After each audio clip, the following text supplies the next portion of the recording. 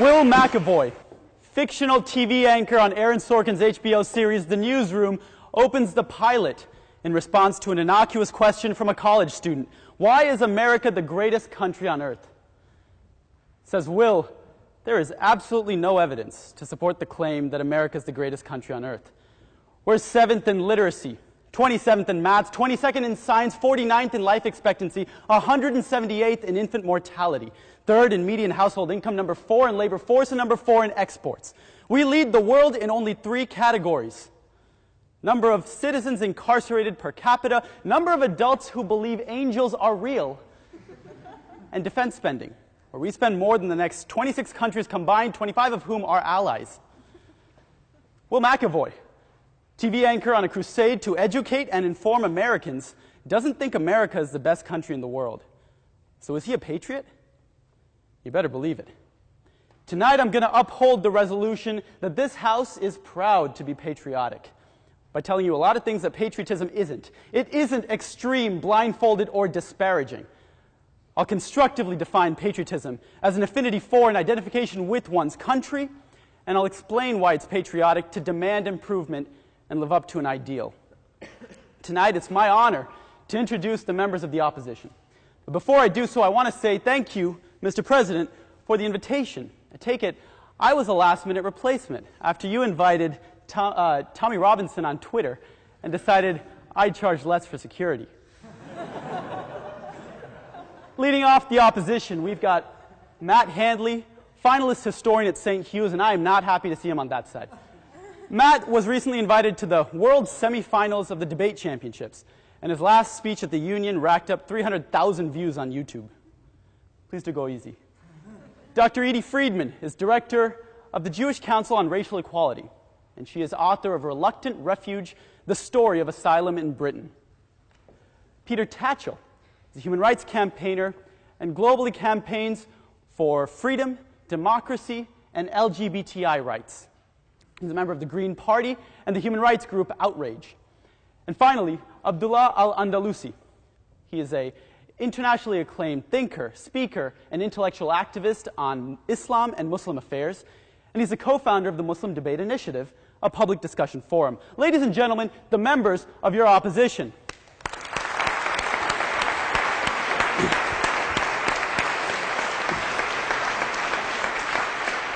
To my distinguished opposition, I ask preemptively that we keep the debate off the fringes. Nobody is here to debate offensive or extreme conceptions of patriotism, and we owe it to this chamber to engage in nuanced debate.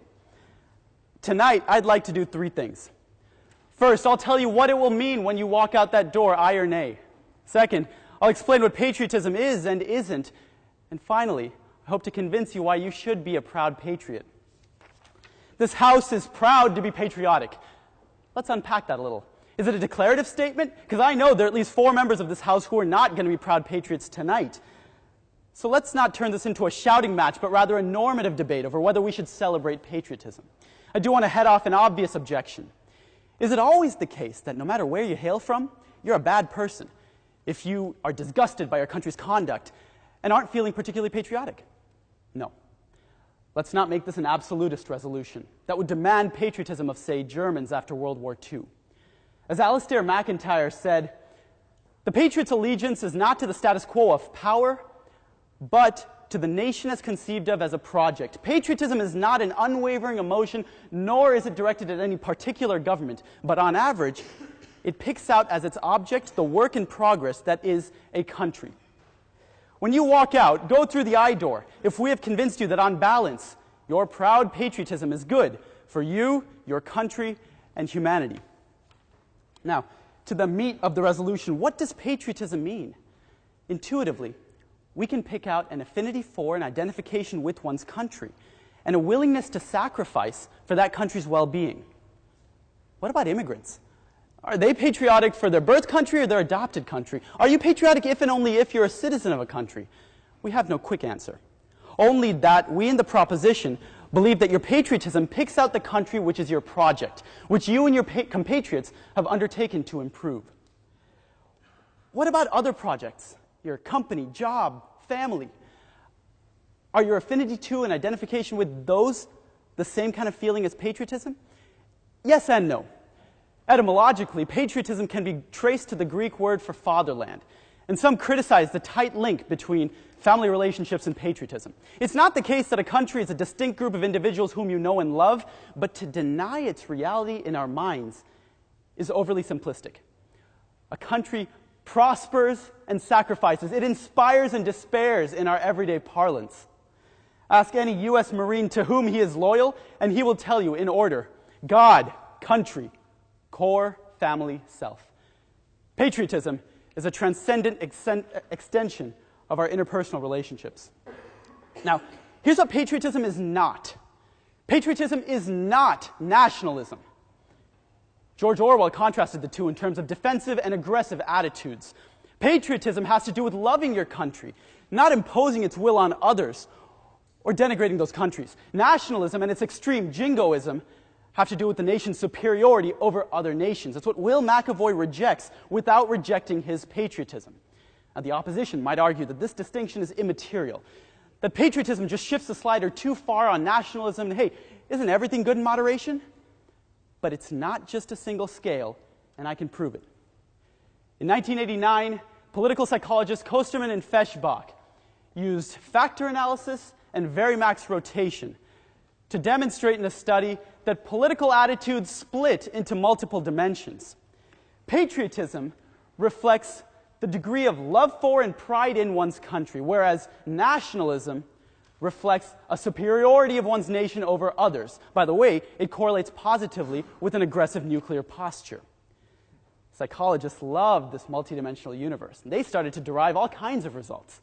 For example, one study said that German and British students are more likely to disparage outgroups if primed with an international comparison rather than a temporal one of their nation over time. So they concluded that patriotism is a constructive identification of your nation as a project over time, whereas nationalism is an exclusive identification of your nation as opposed to others. Another study contrasted constructive patriotism with blind patriotism, concluding that the former correlates positively with civic engagement.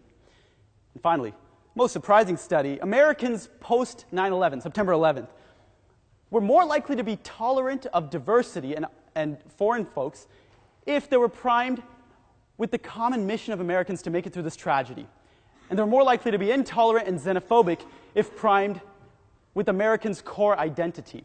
In other words, the authors concluded, evoking American patriotism or our common mission prompts tolerance, whereas evoking our nationalism and exclusionary identity prompts intolerance.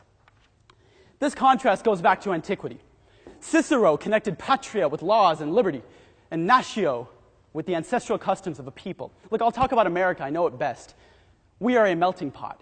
It's futile to appeal to our shared heritage or set of customs.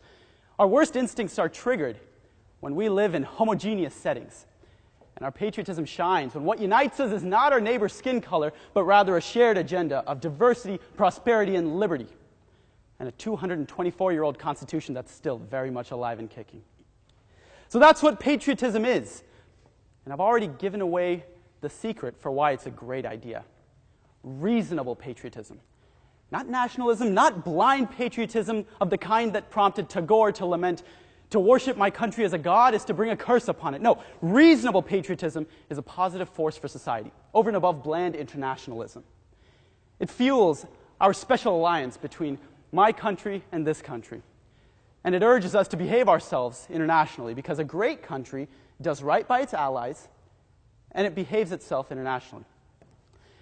Reasonable patriotism fulfills a common need to belong. It promotes constructive civic engagement. It promotes collective action to solve collective problems. It defies game theory, and it repudiates cynicism. It gives little kids an excuse to shoot fireworks, and big kids like you and me to study and work for our countries and our communities. Oxford celebrated patriotism this week on Remembrance Day, when we memorialized soldiers who sacrificed in defense of peace. Defense, not aggression. 1975, with a conviction to improve India and patriotism, D.R. Mehta popularized the Jaipur foot, which today is a wildly successful prosthetic. And next week, Buzz Aldrin will headline in this very chamber. His was the most patriotic of achievements. A moonshot that inspired the world and prompted a scientific revolution. We reached for the stars, acted like men. We aspired to intelligence. We didn't belittle it. Will McAvoy reminisced. I want my country to continue a proud tradition of exceptional achievement, not do exceptionally stupid things. I want to be an ambassador and share our virtues, not fault your differences. To come together, we need a healthy dose of patriotism, of faith, of irrational exuberance, of commitment to a shared project that is our country. I am proud to be an American. And I hope your proud patriotism compels a vote for the proposition. Thank you.